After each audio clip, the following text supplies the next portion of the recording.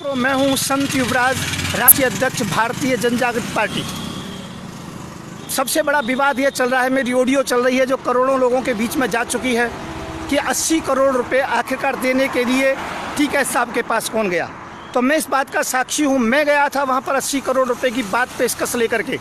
सरकार ने 3-4 दिन मुझे अपने अंडर में रखा, काफ़ी विधायकों के बीच में रखा, और जो वरिष्ठ देश के 3-4 नेता हैं उनमें समय आने पर मैं नाम भी खोलूँगा। तो उन लोगों के बीच में से कहीं से पेशकश की गई मुझसे, और मुझसे 80 करोड़ तक की बात कह दी गई थी और कहा आगे आप बढ़ा भी सकते हो। मैं टीके साहब के साथ मैं उस दिन मिला जिस दिन जो कि शंकराचार्यों का स्वागत हुआ था। वो प्रेस कॉन्फ्रेंस से बाहर निकले, मैंने कहा 1 सेकंड का समय चाहिए, और मैंने उत्तर प्रदेश के किसान यूनियन के अध्यक्ष के द्वारा समय लिया, उनके पास भी बैठा। मैंने उनको ये नहीं बताया क्यों आया हूँ, इतना बताया था सरकारी काम से आया हूँ।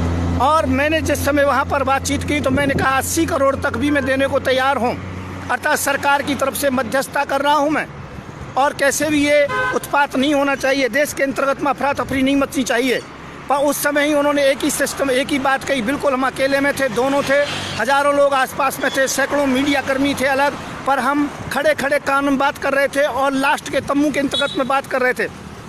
टीके साहब ने एक ही बात कही, मुझे पैसा नहीं चाहिए, मुझे केवल देश का किसान चाहिए। और उन्होंने उसी समय लिया और उन्होंने उसी समय लेकर के मुझसे तत्काल कह दिया कि नहीं, केवल मेरी बातों को माना जाए। उन्होंने अपनी शर्त रखी थी केवल कि ये बिल वापस हो और किसानों को मूल्य निर्धारित करने का जो कि अधिकार दिया जाए। ये बात हो करके मैंने फिर दोबारा कोशिश की, 3 बार कोशिश की, परंतु टीके साहब ने बिल्कुल मना कर दिया।